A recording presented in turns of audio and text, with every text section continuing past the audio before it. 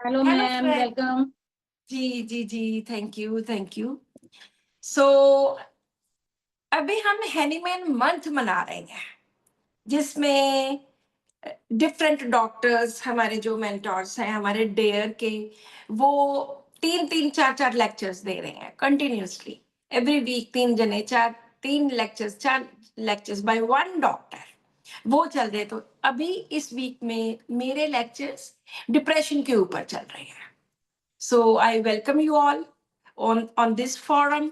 Dare के इस platform पे लर्निंग का जो इतना बड़ा हमने ये बहुत बड़ा पैदा किया है, लर्न करने का एक एटीट्यूड, तो मुझे लगता है कि ये बहुत ही बड़ा उपराला है डॉक्टर प्रमिला नेहरा का। अभी हम पिछले लेक्चर को कंटिन्यू करते हैं। डिप्रेशन हम कर रहे थे। डिप्रेशन में हमने पहले किया कि इसके क्या रीजन है, कोई बहुत ऐसी घटना, दुर्घटना, कोई ऐसी बात हो जाती है जो पेशेंट बियर नहीं कर सकता, कोई लॉस होता है जिस वजह से पेशेंट परेशान हो जाता है, बीमार हो जाता है, सैड हो जाता है, डिप्रेशन में चला जाता है, उसका बिल्कुल दिल नहीं लगता, काम करने को मन नहीं करता, कुछ भी नहीं करता। और फर्क सिर्फ तब पड़ता है जब वो सोशल सोसाइटी से, सोशली वो टूटने लगता है, जब वो बाहर निकलना बंद कर देता है। हमने परसों भी 2-3 केसेस किए थे, कल भी 3-4 केसेस किए थे, आज भी हम कुछ केसेस करेंगे। बहुत सारे वैसे केसेस मेरे यूट्यूब चैनल पे ऑलरेडी दिए हुए हैं, बहुत सारे। तो अब भी हम कुछ नए केसेस हैं और कुछ वैसे पुराने वाले केसेस को रिवाइज करेंगे। अभी सबसे पहले जो केस करेंगे, ये एक फीमेल है, 48 इयर्स की, डिप्रेशन है। और अक्सर देखने को मिलता है कि डिप्रेशन के पेशेंट्स आके रोना ही शुरू कर देते हैं। तो ये पेशेंट आए तो मुझे कहते हैं कि मुझे जी डिप्रेशन हो गया, साथ में रोने लग गए। मैंने कहा जी क्या रीजन है? कहते क्या रीजन है, कुछ रीजन नहीं है, कोई बात नहीं है, मैं अपने घर में ठीक हूँ। तो मैं हमेशा पेशेंट को कहती हूँ जी, हर चीज के पीछे, अगर आपको डिप्रेशन है या कोई भी प्रॉब्लम है, उसके पीछे कोई ना कोई रीजन तो होगा ही होगा। आप बताओ ना बताओ वो अलग बात है, लेकिन अगर बता दोगे तो मेरे लिए इजी हो जाएगा आपकी दवाई की सिलेक्शन करना। तो उन्होंने बोला कि मेरे, अभी तो मैं इन लॉज में रहती हूँ, मदर इन लॉ है, फादर इन लॉ है, बच्चे हैं, हस्बैंड है, पर मैं दुखी बहुत हूँ। मैंने कहा किस बात से दुखी हो? कहते मेरा मायका नहीं है। मायका नहीं है क्या मतलब? कहते जब मैं छोटी सी थी तो मेरा बचपन बहुत मुश्किल से, औखा सा, तंग सा, दुखी गुजरा। मैंने कहा वो कैसे? कहते मेरे पेरेंट्स ने मुझे मेरे चाचा को दे दिया, मेरे चाचे ने मुझे अडॉप्ट कर लिया और उन्होंने मुझे पढ़ाया लिखाया। और जब मेरी शादी का टाइम आने वाला था, तो मेरे फादर में और जो मेरे ओरिजिनल फादर, बायोलॉजिकल फादर है, उनमें और मेरे चाचा जी जो मेरे फादर बने हुए थे, उनमें किसी बात पे डिस्प्यूट हो गया, लड़ाई झगड़ा हो गया। क्या लड़ाई झगड़ा हुआ? उन्होंने तो, मेरे चाचा जी ने तो मुझे छोड़ ही दिया। जो मेरे बायोलॉजिकल पेरेंट्स का घर था वो तो मेरा था ही नहीं, क्योंकि मैं कभी वहां जाकर रही ही नहीं। और जो मेरे चाचा थे, जो मेरा असली घर जो मैं मानती थी, उन्होंने मुझे त्याग दिया। और इस बात को बहुत साल हो गए, लेकिन आज भी मेरे दिल में वो टीस है और मैं रो पड़ती हूँ कि मेरे साथ ऐसा ये क्या हुआ। मैं बहुत नरम स्वभाव की हूँ, बहुत मैं बर्दाश्त करती हूँ, हर एक की बात मानती हूँ, बहुत ज्यादा मैं, बहुत माइल्ड। लेकिन अब तो मैं अकेली रह गई ना। ना तो मेरे वो माँ बाप मेरे हैं, ना मेरे जिन्होंने अडॉप्ट किया था वो मेरे हैं, मेरा तो कोई नहीं है ना, मैं तो अकेली रह गई। This is the case. तो मैंने साइड पे लिख लिया, 2-3 दवाइयाँ, सीपी आ सकती, सिलीशिया आ सकती, पल्सटिला आ सकती है। तो मैंने रूब्रिक्स निकाले। पहला जो रूब्रिक था दैट वाज फोरसेकन फीलिंग, कि मैं तो उधर की भी नहीं, उधर की भी नहीं, मुझे तो त्याग दिया, अबंडन कर दिया, छोड़ दिया। फोरसेकन फीलिंग बहुत जबरदस्त उनमें थी। दूसरा रोना, बात बात पे रोना, वीपिंग इजीली, अपनी सारी व्यथा बताते हुए रोना, weeping telling about her sickness. और माइल्ड स्वभाव है, नरम स्वभाव है, यील्डिंग डिस्पोजिशन है, और साथ में कि मैं तो अकेली रह गई ना, मेरे तो वो भी माँ बाप नहीं है, वो भी नहीं है। Delusion alone in the world. In laws के घर में चाहे सब कुछ है, पर वो बच्चे मेरे बड़े बड़े हैं। ये बात तकरीबन 24 साल पुरानी है, लेकिन मैं तो हमेशा से अकेली ही हूँ। Delusion alone, she is alone in the world, and delusion alone always. ये दो रूब्रिक्स हैं। Always alone, हमेशा से ही अकेली हूँ, and alone in the world, दुनिया में अकेली हूँ। अकेले होने का मतलब ये नहीं होता कि वो आइसोलेट हो गई है। आइसोलेशन एंड अकेले दोनों में फर्क है। या आइसोलेशन होता है कि बाकी सबसे अलग होके वो किसी अलग जगह पे चली गई, लेकिन यहाँ पे घर वालों के होते हुए भी वो अकेली है। सो इनकी मेडिसिन पल्साटिला निकलती है, और पल्साटिला 1 mg की उनको मैंने एक डोज दी। मैं जितने भी पिछले 2-3 साल से मैंने ये एक पैटर्न चेंज किया है कि जितने भी ऐसे मानसिक डिप्रेशन के केसेस या किसी भी और तरह के मानसिक केसेस होते हैं, मैं उनमें हमेशा कोशिश करती हूँ कि 1 mg या 10 mg देकर देखूं कि कितनी जल्दी फर्क पड़ता है। और बहुत बार 1 mg इतनी सक्सेसफुल हुई है कि पूछिए मत। तो 1 mg पल्साटिला 1 mg 1 डोज दी। तो उन्होंने अगली बार बोला कि ठीक है, मुझे फर्क लगा है, लेकिन अभी कुछ बहुत ज्यादा फर्क नहीं कह सकते, लेकिन पहले से कुछ फर्क लगा। उसके अगली बार फिर वो 15 दिन के बाद आते हैं, कहते कि पहली बार मुझे ये एहसास हुआ कि मैं अकेली नहीं हूँ, मेरा परिवार है, मेरे इन-लॉज का परिवार है मेरे साथ। और ये इतने सालों के बाद मुझे लगा कि मेरा भी कोई है। और उनको दोबारा कोई भी और मेडिसिन नहीं दी गई, रिपीट भी नहीं की गई। इसी से वो 100% ठीक हो गए। तो हमेशा की तरह मैं एक ही बात बोलती हूँ कि प्रॉपर जो एप्रोप्रिएट रूब्रिक्स होते हैं, अगर वो मिल जाए, तो मुझे लगता है कि एप्रोप्रिएट रूब्रिक्स लगाकर जो मेडिसिन निकलती है वो असल में मेडिसिन होती है। अगर हम डीडी करते हैं इस केस का, पल्साटिला के बिल्कुल पैरेलल खड़ी है कार्सिनोसिन। कार्सिनोसिन में डोमिनेशन बहुत होती है, लॉन्ग हिस्ट्री ऑफ डोमिनेशन होती है, लेकिन उसमें कभी भी delusion alone in the world नहीं है। उसमें कभी भी डिल्यूजन अलोन ऑलवेज नहीं है, बिल्कुल भी नहीं है। नेट्राम्योर है, सीपिया है, सिलीशिया है, सभी में सभी सभी रूब्रिक्स है, लेकिन अलोन का, लोनलीनेस का फैक्टर नहीं है।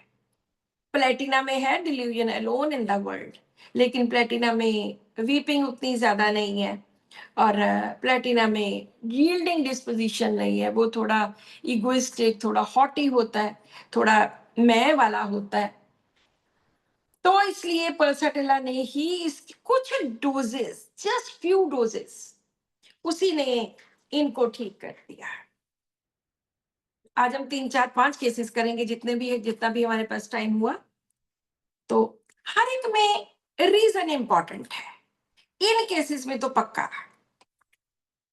ये एक और पेशेंट है, ये 48 इयर्स के हैं। इन्होंने बोला कि मुझे डिप्रेशन है, मुझे बहुत घबराहट होती है, मुझे बहुत बेचैनी होती है, मुझे सांस नहीं आता, और पेट भी देखो कितना बड़ा हो रखा है, एंड बहुत बढ़ गया है। जब पूछा गया कि ऐसे क्या हुआ, हमेशा मैंने देखा कि जल्दी जल्दी पेशेंट ओपन अप नहीं होता है। तो उन्होंने रोना शुरू कर दिया कि डॉक्टर साहब मुझे गुस्सा बहुत आता है, मैं रोती बहुत ज्यादा हूँ। तो मैंने कहा दवाई ली क्या? कहते हैं हाँ जी, इतने सालों से दवाई ले रही, बहुत साल हो गए। और अब तो जो अंग्रेजी डॉक्टर से मैं दवाई लेती थी, उन्होंने बोल दिया कि तुम्हारी कोई दवाई नहीं है, जाओ, अब कोई दवाई नहीं मिलेगी। क्योंकि उनकी सब दवाइयां नींद वाली होती हैं, बस खा लो सो जाओ, खा लो सो जाओ। बच्चा है मेरा, वो कनाडा में है, मेरा पेट देखो कितना फूला हुआ है। तो मैंने कहा, क्या करते हो आप सारा दिन घर में? कहते, घर में मैं तो 2 साल हो गए अपने इन लॉज के नहीं गई, अपने पेरेंट्स के घर में हूँ। मैंने कहा, वो क्यों?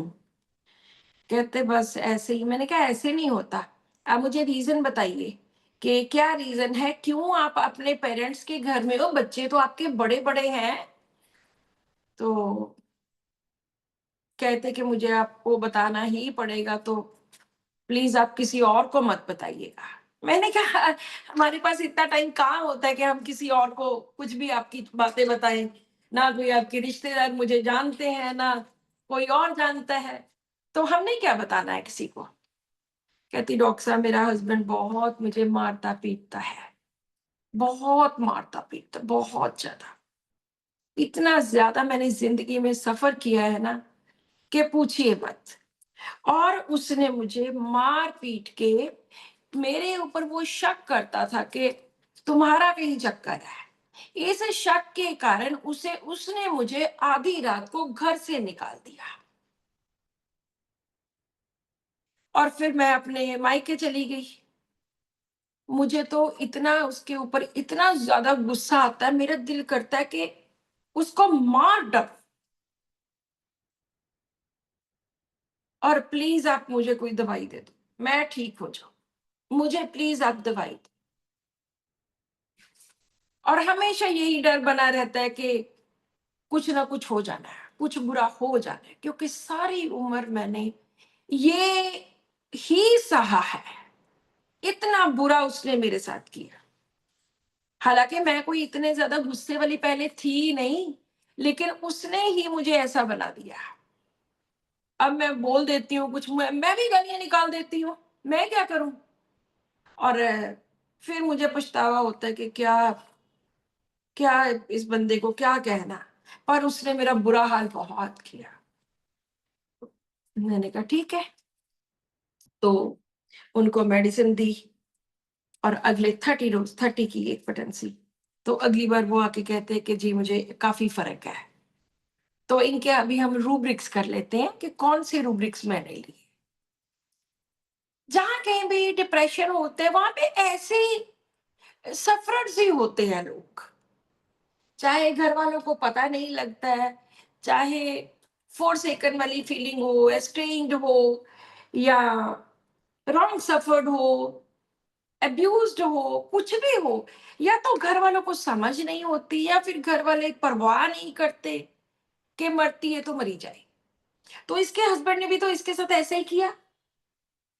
तो इसमें जो हम रूब्रिक्स हमने लिए, that is delusion tormented he is, कि उसको सताया गया, मारना पीटना।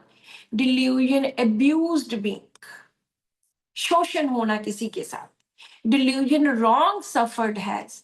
देखो कितने एप्ट रूब्रिक्स लग रहे हैं, कि बिल्कुल अप्रोप्रिएट रूब्रिक्स हैं।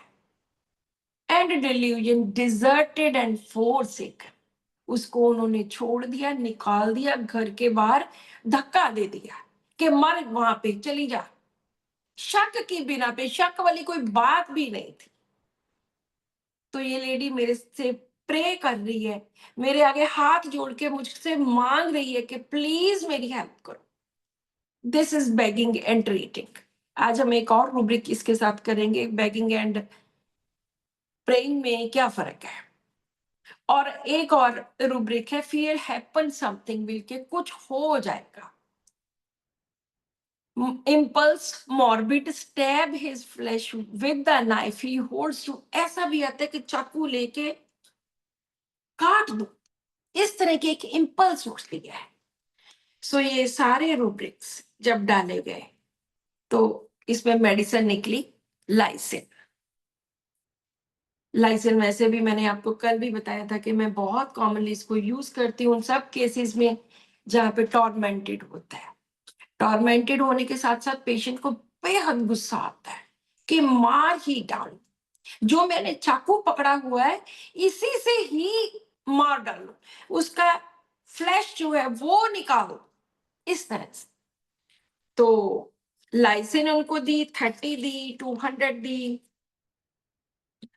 ये मेरे पास 22-10 को आए थे और 12-11 को 3 हफ्तों के बाद इन्होंने बोला much much better, no depression now, totally relaxed and better. Everyone is asking how you have change, कि आप बदल कैसे गए। मैं तो अब इतनी खुश रहने लग गई हूँ तो मैं अपने पेरेंट्स के घर ही, इसके घर नहीं मैं आई, लेकिन मुझे सब कहने लग गए कि तुम इतनी खुश कैसे रहने लग गई। ये सारा इसके ऊपर लिखा हुआ है। Much, much better, totally relaxed and better, no depression. Everyone is asking how you have changed. I remain so happy now. और बस केस खत्म। सो हमने दो चीजें करनी थी कि बेगिंग कहाँ होती है और प्रेइंग कहाँ होती है। कोई बता सकता है कि बेगिंग एंड प्रेइंग में क्या फर्क है? बेगिंग में we have 10 medicines and praying में वी हैव 26 मेडिसिन्स।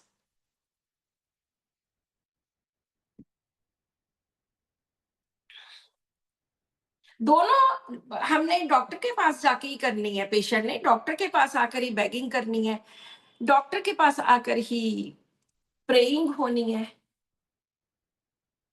कोई एनीवन, किसी को लगता है कि एक्सप्लेन कर सकते हो? चलो हम बताते हैं। बेगिंग क्या होती है? बेगिंग होती है भीख मांगना। जब एक भिखारी हमसे भीख मांग रहा होता है, जब हम कार में बैठे होते हैं, वो क्रॉसिंग्स पे भीख मांग रहे होते हैं, साथ में कोई होता है, तो वो जो भीख मांगते हैं वो कहते हैं कि आपका बच्चा जीवित रहे, इसकी लंबी उम्र हो, आपका बच्चा पास हो जाए, और साथ में हाथ जोड़ के खड़े होते हैं। ये होता है बेगिंग, वो भीख मांग रहा है। लेकिन जब हम प्रे करते हैं, जब पेशेंट हमें ये बोलेगा कि डॉक्टर साहब आपकी बहुत प्रैक्टिस चलेगी, आप प्लीज मुझे ठीक कर दो, इस तरह से जब उसकी मिन्नतें होंगी, तब हम बेगिंग को लेंगे।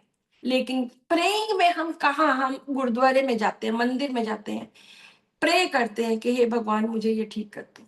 हम ये नहीं कहते कि आप मुझे ठीक करोगे तो आपका ये हो जाएगा, वो हो जाएगा, नहीं, ये सिर्फ बेगिंग में होगा। जब पेशेंट आपको आकर इस तरह की बातें बोलेगा कि डॉक्टर साहब प्लीज ठीक कर दो, और हमेशा आपकी प्रैक्टिस इसी तरह बहुत ज्यादा चलती रहे, आपका काम चलता रहे, तो वहां पे बेगिंग लेंगे। और जहां पे वो हाथ जोड़ के, दोनों में हाथ जोड़ सकता है, एक इस तरह से रिक्वेस्ट कर रहा है कि जैसे वो एक भगवान के सामने कुछ मांग रहा है। सो इस तरह से दोनों में हम डिफरेंशिएट कर सकते हैं। लेकिन जो 10 मेडिसिन बेगिंग वाली हैं, वो प्रेइंग वाली 10 मेडिसिन 26 के बीच में है, सब दोनों में कवर होती है। इसके लाइसिन के बाद जो मेडिसिन आई, ब्राइटा कार्ब आती है। ब्राइटा कार्ब में अब्यूज्ड है, डिजर्टेड है, लेकिन टॉर्मेंटेड एंड रॉन्ग सफर्ड नहीं है। उसके बाद चाइना जो आती है, जो टॉर्मेंटेड में है ही, वो अब्यूज में नहीं है, कोई भी फोर्सेकन, एंगर वॉयलेंट, क्योंकि वो बहुत डिग्निफाइड है चाइना वाला, और उसमें कोई भी बैगिंग नहीं है, कोई भी एंगर वॉयलेंट नहीं है, इस तरह का। हायोसेमस में अब्यूज है, रॉन्ग सफर्ड है, डिजर्टेड है, लेकिन बाकी और कुछ नहीं है। सो इस तरह से एक ही ऐसी मेडिसिन निकलती है जिसमें ये सारा कुछ है। अब हम बात करते हैं थर्ड केस की। आज का हमारा थर्ड केस, ये एक फीमेल है 58 इयर्स के। वैसे मुझे लगता है कि डिप्रेशन वगैरह फीमेल्स को ही ज्यादा होता है, क्योंकि मेरे पास जितने भी केसेस सारे फीमेल्स के हैं। ये तो मैंने पहले कभी सोचा नहीं कि जितने भी केसेस मैं बताती हूँ सब, अगला भी, ये भी फीमेल का, वो भी फीमेल का, सब फीमेल के ही केसेस है। मुझे लगता है कि फीमेल ज्यादा सेंसिटिव होती हैं, इस वजह से उनको डिप्रेशन वगैरह ज्यादा होता है।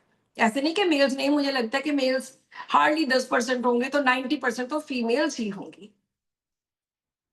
तो ये 58 ईयर्स की फीमेल है। ये बहुत रीसेंट केस है, लास्ट ईयर का। ये कहते हैं कि मेरे हस्बैंड की डेथ हो गई, नशेड़ी था, नशे बहुत करता था, मर गया तो मर गया। दुखी करता था वो भी। तो जब उसको मरे हुए, अच्छा टाइम नहीं लिखा हुआ है। अभी मुझे 8-9 महीनों से डिप्रेशन है। तो अच्छा, husband died in corona, corona के टाइम में वो मर गया। मतलब हस्बैंड ये रीज़न नहीं है उसके डिप्रेशन का। डिप्रेशन का रीज़न कोई और है। तो कहते मुझे 8-9 महीने पहले डिप्रेशन हो गया, सिर भी बहुत दुखता है, माइग्रेन होता है, एलोपैथी ली, क्लोनाज़ेपाम उन्होंने दी थी, अमर हॉस्पिटल से ली दवाई, यहाँ से पटियाला से। बड़े दिन चलती रही, 3-4 महीने चलती रही, लेकिन कोई फ़र्क नहीं पड़ा। मतलब लेते रहो, नींद आई रहती है, सो जाओ, लेकिन कोई ठीक वाली बात नहीं है कि मैं दवाई छोड़ दूँ, मैं ठीक हो गई हूँ। तो अब मैं आपके पास आई हूँ, प्लीज़ आप मुझे ठीक कर दो। तो मैंने कहा बताइए अपने बारे में, अपना स्वभाव कैसे, घर में क्या करते हो, पूरा दिन कैसे होता है? तो कहते हैं कि डॉक्टर साहब गुस्सा-गुस्सा तो नहीं आता है, वैसे तो मेरा माइल्ड नरम ही स्वभाव है, लेकिन मुझ में सहन शक्ति बहुत है। जब से मेरे हस्बैंड की डेथ हुई है, उनके बाद मेरे बच्चे ही पैसे कमाते हैं। तो जब बच्चे पैसे कमाते हैं तो थोड़ा लगता है कि उनके ऊपर ही डिपेंडेंट हो गई हूँ, और कोई घर में कमाई वाला है नहीं, और बच्चे बड़े-बड़े बच्चे हैं, तो बच्चों का सहना पड़ता है, आपको झुक जाना पड़ता है बच्चों के सामने। तो मैंने कहा और? तो नहीं, बस हर बात में कोई चीज़ भी लेनी है तो भी मैं हर बात में कॉम्प्रोमाइज़ करती हूँ कि नहीं, बच्चे बच्चे कमाते हैं तो मैंने इसको वेस्ट नहीं करना। हर चीज़ में मैं सोचती हूँ कि नहीं, ये नहीं करना। Compromise, everywhere compromise. बिल्कुल भी मैं बच्चों को तंग नहीं करती। लेकिन जब बच्चे बिना बुलाए चले जाते हैं, कई बार बुलाते ही नहीं हैं, फिर मुझे मेरा मन उदास हो जाता है कि क्या ज़िंदगी है ये। और अदरवाइज़ ऐसा कुछ नहीं है। मैं हर चीज़ में कोशिश यही करती हूँ कि ना ही कुछ ऐसा उल्टा-पुल्टा हो, कुछ ना। मैंने कहा जी ठीक है, और कुछ? कहते नहीं, मुझे बच्चों की ज़्यादा होने लग गई है, बहुत चिंता होती है दूसरों की। मैंने कहा ठीक है, तो मैंने 4 रूब्रिक्स लिए। एक तो रिकॉग्नाइज़ रियलिटी कि कॉम्प्रोमाइज़ करना है, रिकॉग्नाइज़ रियलिटी एंड एक्सेप्ट्स, ये बेसिकली रूब्रिक तो कुछ और है, recognise everything but can not move in catalepsy. ये रूब्रिक ये है, लेकिन डॉक्टर एम.एल. सेकल जी ने इसको सिम्प्लीफाई कर दिया है, इसको छोटा बना दिया, रिकॉग्नाइज़ रियलिटी एंड एक्सेप्ट्स। और जो उन्होंने बोला कि बच्चे कभी कुछ कह देते हैं या बच्चे बिना बुलाए चले जाते हैं, this is sadness insults as if from, कि जैसे वो मेरी बेइज्जती हो गई है। बच्चे मुझे बिना बुलाए चले जाए, निकल जाए, पास से निकल जाए, माना कि मैं उनके ऊपर डिपेंडेंट हूँ, मैं उनको कभी तंग भी नहीं करती, मुझे बहुत उनकी चिंता रहती है, लेकिन मुझे ये बात, मैं इस बात से उदास हो जाती हूँ कि उनके ऊपर डिपेंडेंट हो गई। एंड सेंसिटिव टू रूडनेस, कि जो इतना वो रूड होते हैं कभी-कभी, तो उसके लिए मेरा मेरा मन बहुत दुखता है। एंड एंग्ज़ायटी अदर्स फॉर, तो इसमें मेडिसिन निकलती है कॉकुलस इंडिकस, और कॉकुलस को मैंने 30 में दिया, 200 में दिया, 1 एम में दिया। पहली बार में उन्होंने बोल दिया कि मुझे फ़र्क पड़ना शुरू हो गया। तो इंग्लिश दवाई तो उन्होंने वो पहले दिन ही बोल दी थी कि मैंने तो आज आज के बाद लेनी ही नहीं है। वो क्लोनाज़ेपाम उन्होंने फर्स्ट डे ही छोड़ दी थी कि नहीं, ये मैं नहीं लूँगी। और इन्होंने तकरीबन 4-6 महीने दवाई खाई और बिल्कुल 100% ठीक हो गए। रिकॉग्नाइज़ रियलिटी एंड एक्सेप्ट्स क्या होता है कि घर के हालातों को समझते हुए, घर की रियलिटी को समझते हुए, वो पेशेंट एक्सेप्ट करता है कि अब सब कुछ बच्चे ही करेंगे, मैं तो पैसे कमाती हूँ नहीं, बच्चे ही कमाते हैं, तो उनका थोड़ा, उनके बारे में थोड़ा मुझे भी सोचना पड़ेगा, थोड़ा अगर वो मेरे साथ अच्छी तरह बात नहीं करते, तो मेरा मन उदास हो जाता है, क्योंकि मैं नहीं, मैं तो बहुत कॉम्प्रोमाइज़ करती हूँ, हर चीज़ पे कॉम्प्रोमाइज़ करती हूँ। सो इस तरह से कॉकुलस इस पेशेंट को दी, एंड ये पेशेंट बिल्कुल ठीक हो गया। अगला हम केस करेंगे, ये थोड़ा लंबा केस है, और लंबे केस में से कुछ चीजें मैं आपको बताती हूँ जो जो इसके साथ रिलेटेड है, क्योंकि बहुत इन्होंने 1 डेढ़ घंटा लगा के सॉरी हिस्ट्री अगला पिछला बहुत कुछ, वो बोलते बोलते ही मुझे आधा घंटा लग जाएगा जितने इन्होंने पेजेस पे लिखवाया है। तो ये भी एक फीमेल है 47 ईयर्स की। एक बात और, पहली बात तो फीमेल्स, दूसरी बात सभी की एज 45 48 58, मतलब 40 से बाद का ही है। तो हो सकता है कि उस वक्त इनके जिंदगी में कुछ इस तरह के बदलाव आते होंगे। तो ये पेशेंट 47 इयर्स के, इनको डिप्रेशन है। ये मैंने कभी केस नहीं बताया हुआ कहीं भी, ये पहली बार आज हम पढ़ रहे हैं। 3 इयर्स से इनको डिप्रेशन है, ना इनको नींद आती है, ना इनको भूख लगती है, अकेले नहीं रह सकते। हस्बैंड इनका शराबी कबाबी है, बहुत ज्यादा शराब पीता है और रोज लड़ाई करता है। वो शुरू से डे 1 से, जब से मेरी शादी हुई है तब भी से ही इस तरह का था। शराब पी लेनी, मार कुटाइयां करना, लड़ाइयां करनी, इस तरह का। अब तो मेरा डिप्रेशन में इतना बुरा हाल हो गया कि मेरा सांस घुटने लग गया। दवाइयां मैंने क्या क्या दवाइयां नहीं ली, साइकेट्री की दवाई ली, आयुर्वेदिक ली, एलोपैथी ली, फलाने डॉक्टर से मैंने होम्योपैथी भी 6 8 महीने ली, लेकिन किसी दवाई से मुझे कोई फर्क नहीं पड़ता। मुझे बिल्कुल भी नींद नहीं आती, मेरा पेट गैस से भरा रहता है, मैं हमेशा खोई रहती हूँ, मैं किसी से बात नहीं कर सकती, और कभी गुस्सा आ जाए तो भी मैं गुस्से को अंदर दबा लेती हूँ, मैं किसी के सामने कुछ नहीं कहती। बात बात पे मुझे रोना आ जाता है, और अकेली अकेले होने का मुझे बहुत ज्यादा डर रहता है। आंखें बंद करती हूँ तो मुझे तरह तरह की चीजें दिखती हैं, पता नहीं क्या क्या दिखता है, और कुछ शक्लें दिखती हैं, पता नहीं भूत प्रेत दिखते हैं, आई डोंट नो। और चिंता इतनी ज्यादा होती है कि मैं सो ही नहीं सकती, नींद ही नहीं आती। एंड मीठा खाने का मेरा बहुत शौक है, और वेट देखो मेरा कहाँ 100 किलो के पास पहुंच गया। नींद की तो इतनी प्रॉब्लम है, मैं 20 साल से मैंने सो के नहीं देखा, इतना ज्यादा बुरा हाल।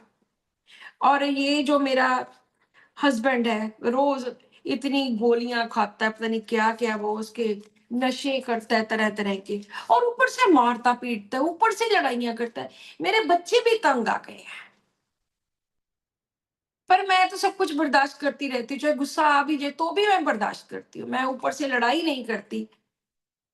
मुझे तो लगता होता है कई बार, मैं इन पेशेंट्स को गुस्से भी होती हूँ कि क्यों आप सारा दिन मार खाते रहते हो, क्यों सारा दिन आप लोग बियर करते रहते हो, क्यों इतना बर्दाश्त करते हो, कितने साल बर्दाश्त करोगे। किसी ने एक बार कर दिया कोई बात नहीं, 2 बार हो गया, ये क्या 20 साल से बर्दाश्त कर रहे हो, हद है। अब तो बच्चे भी इतने बड़े बड़े हो गए, तो मुझे इस बात पे बहुत गुस्सा चढ़ता है कि क्यों इतना बर्दाश्त करते हो, रोज मार कुटाई करता है, शराब पी के मार कुटाई करता है, व्हाट इज दिस नॉनसेंस। तो मैंने जो इनकी पहले मेडिसिन निकाली, वो टॉर्मेंटेड एंड रॉन्ग सफर्ड के बेसिस के ऊपर चाइना इनको 30 मेडिसिन की एक डोज दी, लेकिन अगली बार आकर बोले कि मुझे तो बिल्कुल भी कोई फर्क नहीं है, वैसे का वैसे ही है। तो मेरे दिमाग में है कि बहुत लंबा चौड़ा केस है, शायद थोड़ा और इसको एक्सप्लोर करो, क्योंकि अगर चाइना दी थी तो चाइना से कुछ फर्क पड़ना चाहिए था, लेकिन 1% भी उनको फर्क नहीं पड़ा। वहां पे मैं 200 भी दे सकती थी, 1 भी दे के देख सकती थी, लेकिन उनका हिसाब इस तरह का था कि मैंने कहा कि नहीं, दवाई चेंज करके देखते हैं।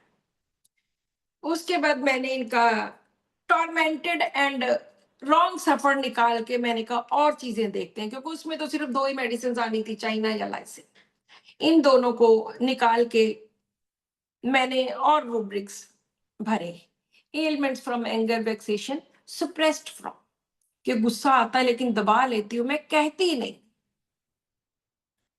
कॉन्फिडेंस, वांट ऑफ सेल्फ, किसी से बात नहीं मैं कर सकती, अकेले हो जाने का डर, फियर ऑफ बीइंग अलोन, अपनी सेहत की बहुत ज्यादा चिंता, एंजाइटी हेल्थ अबाउट। और जब आंखें बंद करती हूँ तो कुछ दिखता है, delusion eyes closing on and delusion images on closing the eyes, के आंखें बंद करने पे कुछ दिखता है। और anxiety, sleep preventing sleep, tension की वजह से, एंजाइटी की वजह से नींद ही नहीं आती। और खाने पीने में इनको स्वीट्स बहुत ज्यादा पसंद थी। तो मैंने टॉर्मेंटेड वाला और रॉन्ग सफर्ड वाला फैक्टर एक साइड पे रख के, जब मैंने ये सारे रूब्रिक्स डाले, तो लाइकोपोडियम इनकी फ्रंट पे मेडिसिन आई। सबसे पहले मैंने असली मायने से यहां से ये केस स्टार्ट किया है। एक हफ्ता बाद फिर मैंने लाइकोपोडियम 30 दी। तो उन्होंने जितनी भी वो दवाइयां कितनी लिखाई हुई हैं कि मैंने ये medicine I use to take, उन्होंने बीच में से, मैंने कहा जी जो दो दो तीन तीन है एक एक तरह की दवाइयां, वो आप एक छोड़ के देख लीजिए। तो अगली बार आके बोलते हैं कि कुछ मुझे फर्क लगा। उसके अगली बार फिर मैंने उनको लाइकोपोडियम 200 दी, और उन्होंने बोला कि इस बार मुझे ज्यादा फर्क लगा, नींद भी आने लग गई, और जो पेट में इतना ज्यादा अफारा था वो भी मुझे फर्क पड़ गया। फिर लाइकोपोडियम हर महीने के बाद मैं रिपीट करती रही। घबराहट थी पैरों के नीचे, बहुत कुछ बताया था उन्होंने, इचिंग थी, वो सब कुछ फर्क पड़ गया। और कहते कि मेरा जो अल्ट्रासाउंड था उसमें माइल्ड हिपेटोमेगाली थी, लिवर थोड़ा एनलार्ज था। दोबारा टेस्ट कराया तो वो भी नहीं है। तो मुझे लगता है कि लाइकोपोडियम बेसिकली लिवर एंड इसके साथ रिलेटेड चीजों के लिए, तो वो हो सकता है कि इसी ने ही वो ठीक कर दिए हो। तो उसके बाद फिर से लाइको तकरीबन ये इनकी मेडिसिन 13/3 से लेके 1/7 तक, ऑलमोस्ट 4-5 महीने तक चलती रही। और उसके बाद ये बिल्कुल 100% ठीक हो गए। एंड लाइकोपोडियम के साथ आगे जो है वो नेट्राम्योर है, पल्सटिला, ब्रायनिया, कॉस्टिकम, सब में कुछ कुछ कोई ना कोई रूब्रिक मिसिंग है। इस तरह से बहुत सारे ऐसे पेशेंट्स हैं जो होम्योपैथी से 100% ठीक होते हैं। आज की जो होम्योपैथी है वो होम्योपैथी नहीं रही, जो मीठी गोलियां हैं और बस जुकाम खांसी ठीक करेंगी, हल्का फुल्का ठीक करेंगी। नो, आज अगर किसी को कोई मेजर बीमारी है, आज अगर किसी को कोई बहुत बड़ी प्रॉब्लम है, ऑटो इम्यून डिसऑर्डर्स है, वो सिर्फ हमारी होम्योपैथी ही ठीक करती है। आर्थराइटिस है, आर फैक्टर पॉजिटिव है, वो किसी पैथी में नेगेटिव नहीं होता, होम्योपैथी में होता है। वीट एलर्जी, सीलियक डिजीज, पता नहीं कितने केसेस ठीक किए हैं, वो सब नेगेटिव होते हैं। अगर किसी बीमारी का इलाज एलोपैथी में नहीं है तो इसका मतलब ये नहीं कि दुनिया में दवाइयां खत्म हो गई हैं। होम्योपैथी में इन सब चीजों का इलाज है। तो अभी हम ये एक लास्ट केस करेंगे, 5-7 मिनट अभी हमारे पास है। अभी तो केसेस तो मैंने एक दो और निकाले हुए हैं, तो ये हम एक लास्ट केस करते हैं। ये एक फीमेल है, 30 इयर्स के।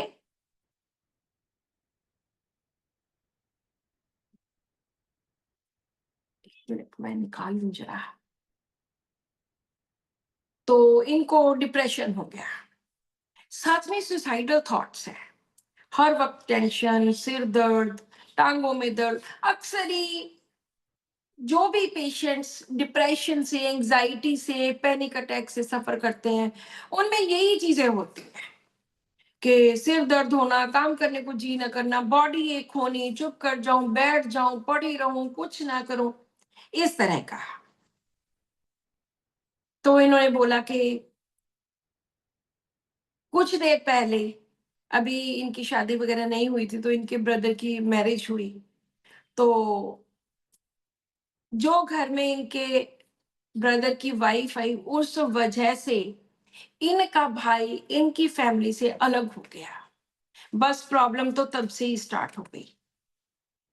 मेरे मदर बीमार हो गए, उनको मैंने संभाला। फिर मेरी शादी हुई, जो हस्बैंड मिले वो भी एडिक्टेड, वो भी शराब इतनी ज्यादा पीते थे। मैंने मुझे पढ़ने का बहुत शौक था, फिर मैंने पढ़ाई की और शादी के बाद मैंने बीए कंप्लीट की, बीएड कंप्लीट की, प्रेगनेंसी हो गई, बच्चा भी हो गया, लेकिन खुशी नाम की कोई चीज नहीं थी, क्योंकि मेरे घर में मेरे भाई की वजह से इतना झगड़ा हुआ और इधर मेरे मदर इन लॉ, सारी ज्वाइंट फैमिली थी, तो उनसे मेरी नहीं बनती थी। पता नहीं गलतियां कहाँ होती हैं, शादियों में होती हैं, एडजस्टमेंट में होती हैं।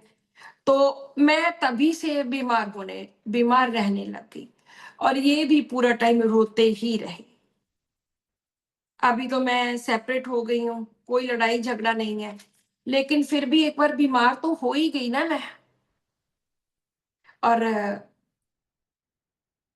पहले मैं टीच भी करती थी, तो फिर इनके बेटी हुई और इनको बेटियां बिल्कुल पसंद नहीं थी। वो इसलिए नहीं पसंद थी कि मैं भी किसी की बेटी हूँ। तो ना तो मुझे अपने मायके में कोई सुख मिला, मेरा भाई, उसकी वाइफ हमसे अलग हो गए, मेरे माँ-बाप अकेले रह गए और मेरे आगे बेटी हो गई, मैं अपने इन-लॉज़ के गई, तो भी वहाँ पे इतना सारा कष्ट, इतना दुःख। तो आई हेट गर्ल चिल्ड्रन। मुझे तो ये लड़कियाँ वगैरह बिल्कुल भी अच्छी नहीं लगती और पुरानी बातें दिमाग में हमेशा घूमती रहती हैं कि क्या हुआ, कैसे हुआ, इस तरह का।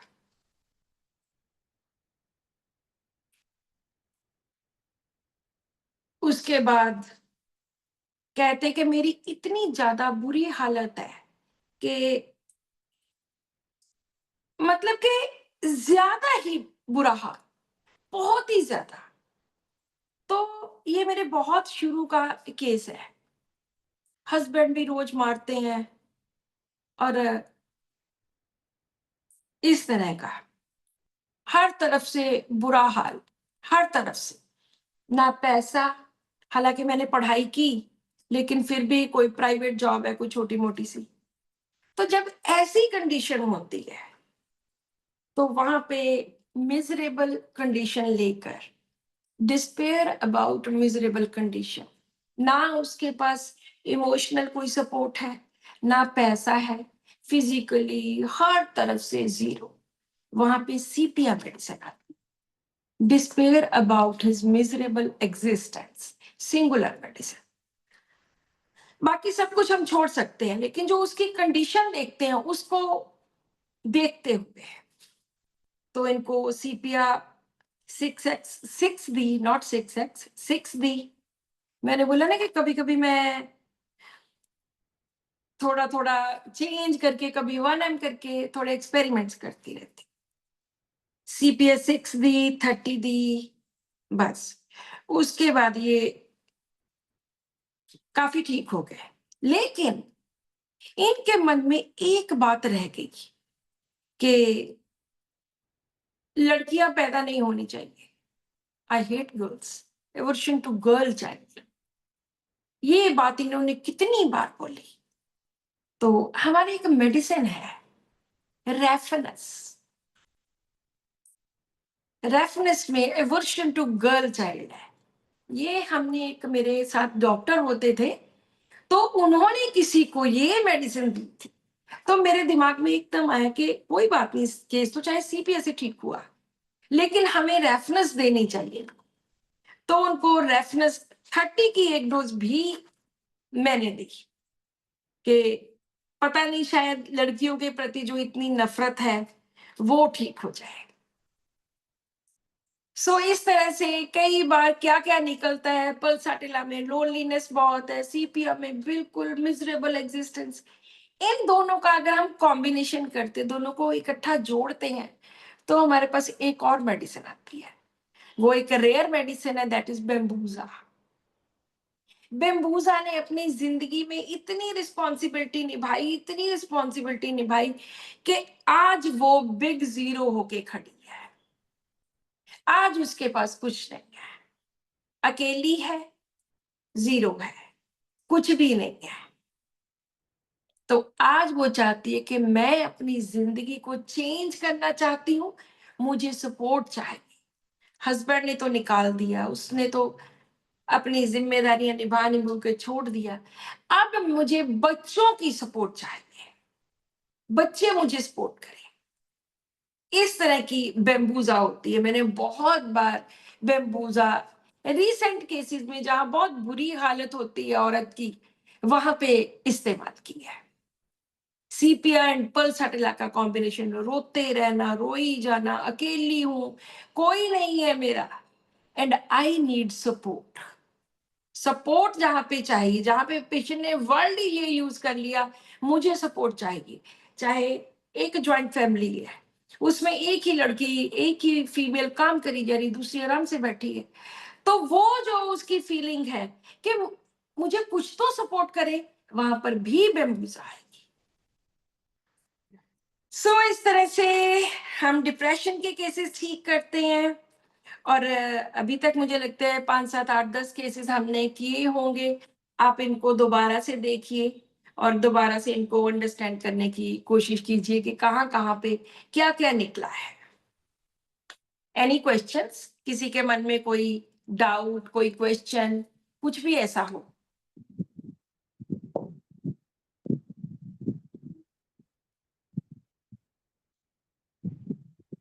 Ma'am good evening ma'am. Good evening जी। मैम इस पे कोई थर्मल थर्स्ट वगैरह कुछ कंसिडरेशन कुछ नहीं करना होगा?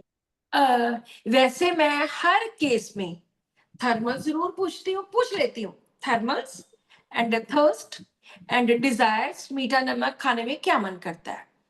लेकिन अगर वो बहुत ज्यादा प्रोमिनेंट है, जैसे मेरे डिप्रेशन के, हिपरसेल्फ के केसेस हैं, उनमें जितना भी मैंने उनको देखा, वो they all were very chilli.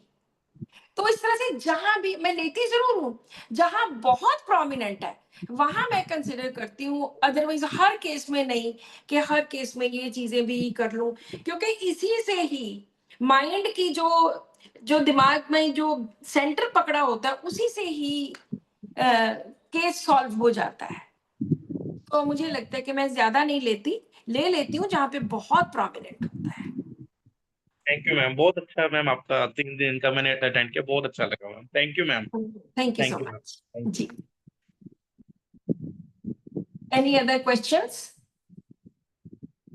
चलो अभी हम एक अपनी बुक के बारे में दोबारा से बता दें, हर रोज बताते हैं कि ये गाइड टू रूब्रिक्स है, जिसमें मैंने माइंड के सिंथेसिस बुक्स की, जो डॉक्टर श्वाइन्स की है, उनसे परमिशन लेके तो इसको एक्सप्लेन किया है। सारे माइंड रूब्रिक्स को 850 के करीब है, उनको एक्सप्लेन किया है, ट्रांसलेट किया है, हिंदी एंड इंग्लिश दोनों लैंग्वेजेस में।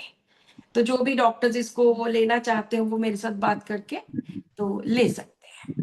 मैम एक बार नंबर भी अपना बता देना, कुछ लोगों के पास नंबर नहीं होता ना। हाँ हाँ, अगर नंबर नोट करना है तो 9814630513।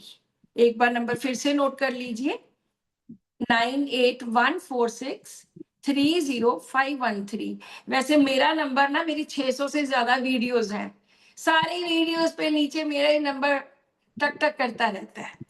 इसलिए कभी मेरे बारे में जानना है तो यूट्यूब पे जाके डॉक्टर नीलम अवतार सिंह लिखो, वीडियोस पे वीडियोस खुल जाएंगे। 600 से ज्यादा वीडियोस है जी।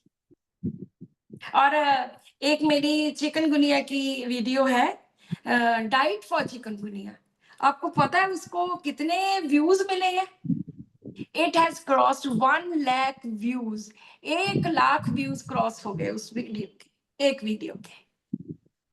या डॉक्टर साहब मैं नमस्कार जी, बहुत नमस्कार। अच्छे इन्फॉर्मेटिव आपके लेक्चर्स रहे। मैं डेली जी वाले भी आपके लेक्चर सुनती हूँ और ये 3 डेज से तो लेक्चर सुन ही रही हूँ।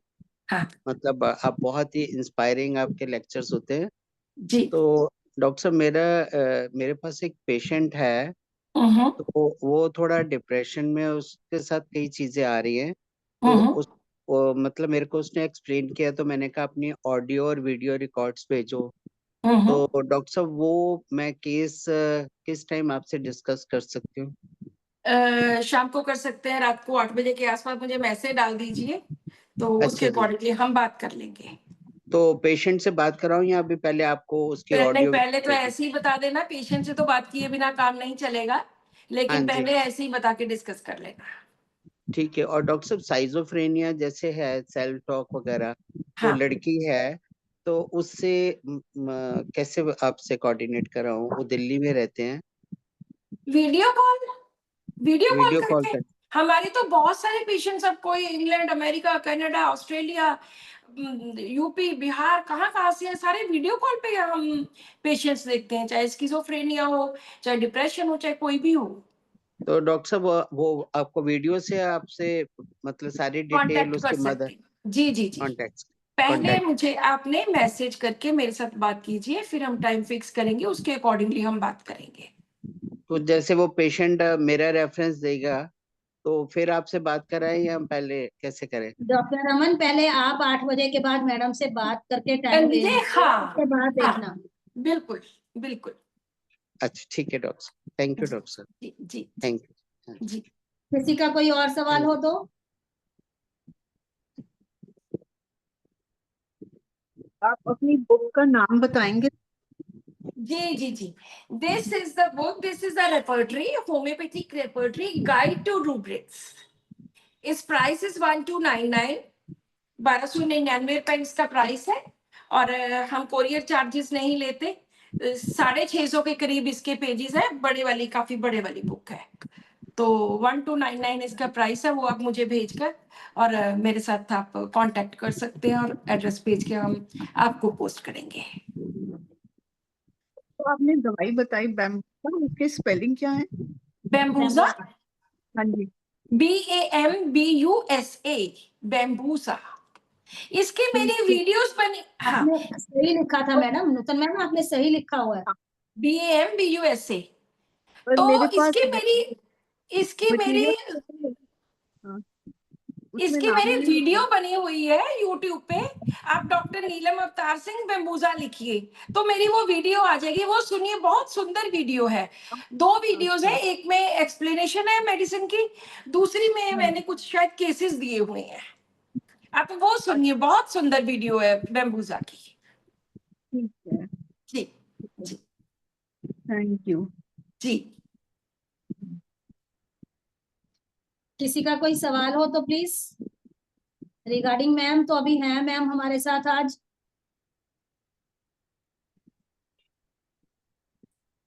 तो ये बुक अगर लेनी हो तो हम डॉक्टर साहब को मैसेज आप दे दें? मुझे मैसेज कीजिए 981463 हाँ जी, 30513 नंबर पर। जी, जी, जी, हाँ, ठीक है। हाँ जी, हाँ जी।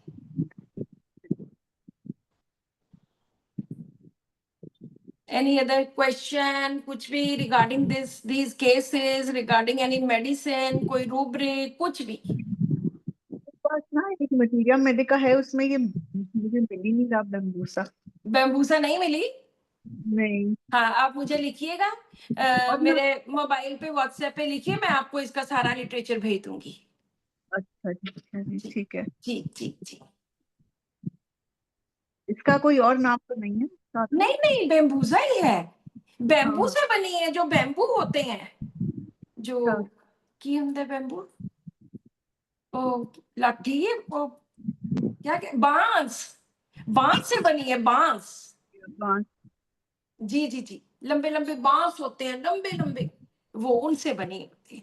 जैसे वो ऐसे ऐसे झूलते रहते हैं ना, तो उनको सपोर्ट चाहिए होती है, उसी तरह का ये पेशेंट होता है, उसको सपोर्ट चाहिए होती है, या सपोर्ट देनी या सपोर्ट चाहिए। हाँ, हाँ, गुड हाँ। इवनिंग डॉक्टर साहब, मैं डॉक्टर दीपांजलि बोल रही हूँ। ये जो बैम्बूसा है, इसका पेशेंट रिजिड भी बहुत होता है ना, मतलब काफी रिजिड पेशेंट्स होते हैं, स्पाइन जिसमें रिजिड स्पाइन के लिए भी ये बड़ी अच्छी हो मेडिकेशन सकता रहती है, है। बिल्कुल हो सकता है, एक मेडिसिन के बहुत सारे रूप होते हैं, या डेफिनेटली। हेलो, डॉक्टर ये साहब, एक देखो। पेशेंट है, she is 8 years old girl है, तो वो किसी से बात ही नहीं करती है, सिर्फ अपनी मदर से बात करती है। और जब उसको, और the whole day when she comes from the school, वो फोन लेके बैठी रहती है। मेरे पास भी जब आए थे तो उसको मैंने सिर्फ मतलब क्योंकि मेरे पास ही, तो मैंने कोशिश की उससे बात करने की, लेकिन वो बात ही नहीं करती। तो ऐसे केसेस में अब क्या करूं मैं, उसको तो बोलती ही नहीं है। नहीं नहीं, बच्चा बोलता है, उसके माँ बाप से उनके सिम्टम्स पूछ लो किस तरह का है। हाँ, वो पहली तो बात तो उनको ये बोल दो, सुनिए, पहली बात तो उनको ये बोल दो कि अगर आप चाहते हो कि आपका बच्चा बड़ी बीमारी से किसी से बचा रहे तो काइंडली ये मोबाइल उससे ले लीजिए। आपको पता है, मैंने अभी रिसेंटली एक मैं स्टडी पढ़ रही थी, जितने बच्चे कोरोना से 1 साल पहले पैदा हुए, 19 में पैदा हुए, 20 में पैदा हुए, उनमें से 50% बच्चों को ऑटिज्म हुआ है। और वो हाँ, क्यों ये हुआ? और भी वो की है। क्यों हुआ? हम्म, क्योंकि उन दिनों में लोग बाहर तो जा नहीं सकते थे, चलो बच्चे को हम्म, मोबाइल पकड़ाया। जिस बच्चे ने हर रोज 1 घंटा मोबाइल देखा, उसको ऑटिज्म होगा ही होगा।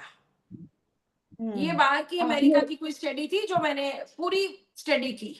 तो अगर माँ बाप बच्चों को सारा दिन फोन ही पकड़ाई रखते हैं तो वो बच्चा ठीक नहीं होगा, वो बीमार ही होगा।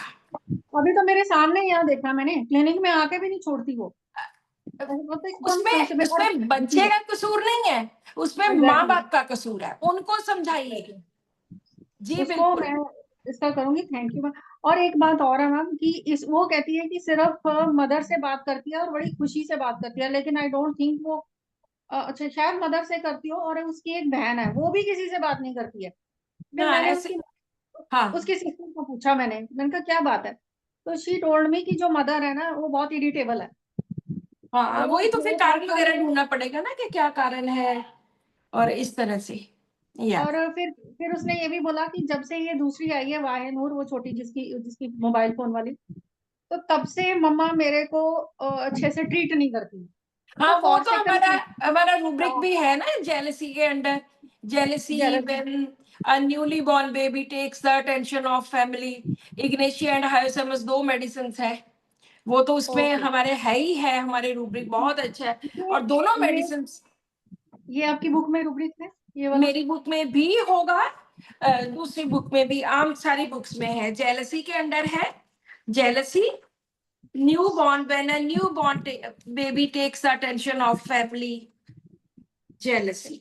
ऐसा जैसे यही है क्या, कैसे ये इसके अलावा कौन सी रिपर्टरी में है ये, आपकी वाली में है? सारी रेपर्टरी, ये मेरी रेपर्टरी में 398 पेज पे है। Jealousy jealousy. Children newborn gets all the attention when the, जब नया बच्चा ओके, परिवार का पूरा ध्यान अपनी तरफ खींच लेता है तो बड़े बच्चों को ये प्रॉब्लम होती है। हायोसेमस एंड इग्नेशिया 2 ओके, मेडिसिन, ये मेरी ओके, ओके, रेपर्टरी में भी है। जी जी जी, ठीक है, सभी ठीक है, रेपर्टरीज में थैंक यू, है। जेलसी के थैंक यू। अंडर मिलेगा, जेलसी चिल्ड्रन। और फॉर सेकंड भी आ सकता है क्योंकि उसको लगता है माँ ने उसको पूछना बंद कर दिया।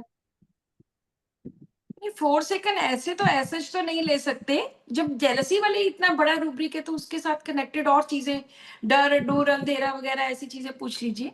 एक वो हॉरर मूवीज बहुत देखती है, वो उसमें इतने है तो कोई ये पर्सन? लोग इतने तो घटिया काम करवाते हैं बच्चों को, हॉरर मूवीज का बच्चों को क्या देखने का, उनको रोकना चाहिए इन चीजों से। और वो नहीं रोकते, रात को वो देखती है हॉरर, मतलब एकदम जिस खतरनाक वाली कॉन्जोरिंग वगैरह को, खतर हम्म। मतलब बहुत ज्यादा हॉरर मूवीज है वो देखती हैं। तो इट मीन्स कि अगर हॉरर मूवीज देख रही है तो ये मियाज़म इसके पीछे जो सिप्लिटिक रहेगा। हम तो मियाज़म की बात ही नहीं करते, हम तो दवाइयों की बात करते हैं कि कौन सी दवाई है, वो अपने आप ही मियाज़मेटिक उस हिसाब से कवर हो जाता है। तो सो वॉच इज मूवी, ये वाला रूब्रिक कहाँ मिलेगा मैम? ये भी है, अ, ओके, और हॉरर मूवीज वाला उसमें एम से एक मेडिसिन है वो उसमें है कि अच्छा जी, वॉच, ये सिंथेसिस में मिलेगा और जी, रडार में होगा। आप मुझे व्हाट्सएप पे लिखना, मैं आपको ढूंढ के बताती हूँ। Horror okay, okay, thank you ma'am, thank Mancinella you. शायद मेडिसिन है जिसमें, मेंसीनेला जिसमें, मैंसीनेला मेडिसिन तो है, पर हाँ ठीक वो है वो मुझे देख, लगता है उसी में है, शायद, नॉट पक्का। ठीक है, प्रॉमिला, ठीक है। डॉक्टर प्रॉमिला, हाँ जी मैम। उस दिन एक रूब्रिक शायद मैंने वो गलत बोला, जो उन्होंने बोला था कि हार्मनी डिजायर, तो चलो मेरा तो केस पुराना था हार्मनी वाला, उस वक्त तो हार्मोनी में हेवेमिलस नहीं है, वो रिस्पेक्ट में है, उस दिन मैंने मेरे से ये हुआ कि मुझे लगा कि हार्मोनी में अकेली हम एमएलएस है, लेकिन रिस्पेक्ट में अकेली हम एमएलएस है। तो ये मैं थोड़ा सा करेक्ट करना चाहती थी। हार्मोनी पहले तो डिजायर था ही नहीं, रूब्रिक ही नहीं था, अभी ये रूब्रिक आया है, हेलो मतलब 5-7 साल से। हेलो इसमें 14 मेडिसिन। हाँ जी hello doctor Sunil. Good evening ma'am. हाँ जी हेलो गुड बोलिए। Evening ma'am. गुड इवनिंग ये जी। रूब्रिक जो ये जो रूब्रिक बता रही हैं मैम, जेलेसी चिल्ड्रन बिटवीन, और हाँ। उसमें एक सब रूब्रिक में गर्ल आप दी हुई हैं लड़कियों के बीच, तो क्या गर्ल माने जो लड़कियां होंगी, जो आपस में जो लड़कियां होंगी उन्हीं लोग के बीच में होगा कि बिटवीन लड़की और गर्ल्स। हाँ, लड़की का लड़की से जेलस करना। तो गर्ल्स चिल्ड्रन से माने किसी- जो लड़कियों, हाँ हाँ, लड़कियों का नहीं, लड़कियों से ईर्ष्या, हाँ, लड़की का लड़की से ही जेलस करना। यस। जेलसी होना। Yes yes, good good ma'am, thank you. और चलिए मैम प्रमिला, अभी काफी टाइम हो गया, हम अभी बंद करते हैं। प्रमिला, हाँ जी मैम। हाँ करिए, अभी क्लोज करते हैं क्योंकि अब काफी टाइम हो गया। चलिए थैंक यू मैम, अच्छे सेशंस थे आपके, लोगों ने Thank सीखा you. भी, है ना, टच में भी रहे। तो हम्म। ऑडियंस हमारा next week doctor Manish Jagpal का है, हिंदुस्तान रेमेडीज। काफी अच्छे जो घरेलू उपचार हैं, हम एक्यूट फीवर्स में या कुछ एक्यूट डिजीजेस में हम यूज कर सकते हैं, उनका ज्ञान होना भी उतना ही जरूरी है। तो मिस मत करना, डॉक्टर मनीष को फॉलो करना नेक्स्ट वीक। और फिर डॉक्टर कोचर आएंगे हमारे साथ 1 दिन के लिए। और कल जैसे हनीमून डे है, तो हम अपना ई मैगजीन रिलीज करने जा रहे हैं, ग्रुप में ही आएगा। और मैम सुबह फोन करूंगी आपको हाँ, इसके लिए भी, ठीक है जी। क्या, बिल्कुल बिल्कुल बिल्कुल। Thank you everyone. Thank you everyone. April series को फॉलो करना और हमारे यूट्यूब को सब्सक्राइब भी करना है, तभी आपको सारे आगे भी मिलते रहेंगे। वैसे मैं ब्रॉडकास्ट तो करती जा रही हूँ सारे वीडियोस, पर आप लोग सब्सक्राइब करेंगे तो वो ज्यादा बेहतर होगा। चलो, okay then, thank you everyone. Okay जी मैम, रिकॉर्डिंग्स कर दो बंद, कैसे करनी है? कर दिया।